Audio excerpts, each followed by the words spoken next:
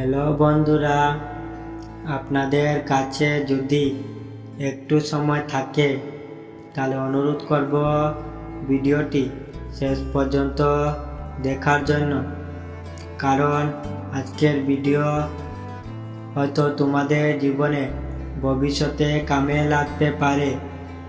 একটি ঈগল সে গাছের উপর বাসা বেঁধে সেখানে ডিম পেড়েছিল। সেই গাছের নিচে একটি বনমুরগি ডিম পাড়ে। একদিন ঈগলের একটি ডিম নিচে পড়ে মুরগি ডিমের সাথে মিশে গেল। কিছু সময় পরে সেই ডিম থেকে ঈগলের বাচ্চা বের হল এবং নিজেকে মুরগি ভেবে বড় হল।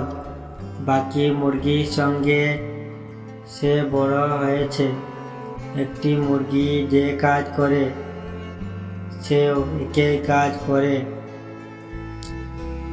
সে মুরগির মতো ঝাঁকি দেয়, মাটি খুঁড়ে শস্য খায় এবং মুরগি যতটা উঠতে পারে তত উঁচুতে সে উঠতে পারে।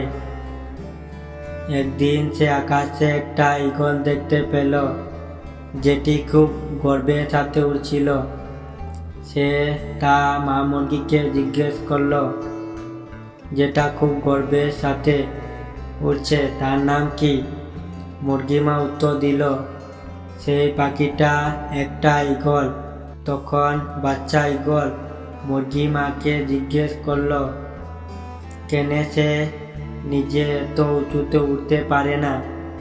মুরগি মা বলল, তুমি মুরগি বলে এত উঁচুতে উঠতে পারবে না।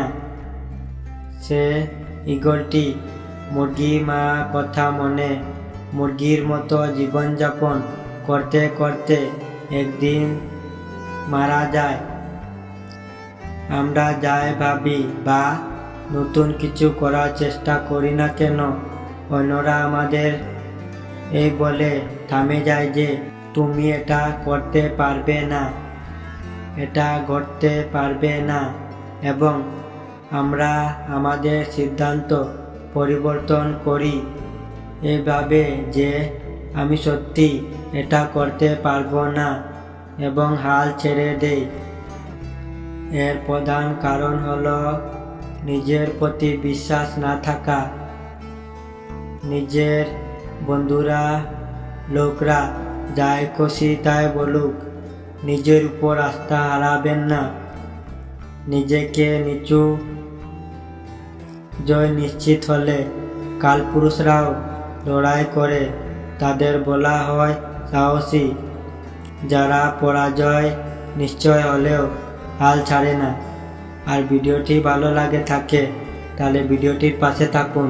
ধন্যবাদ।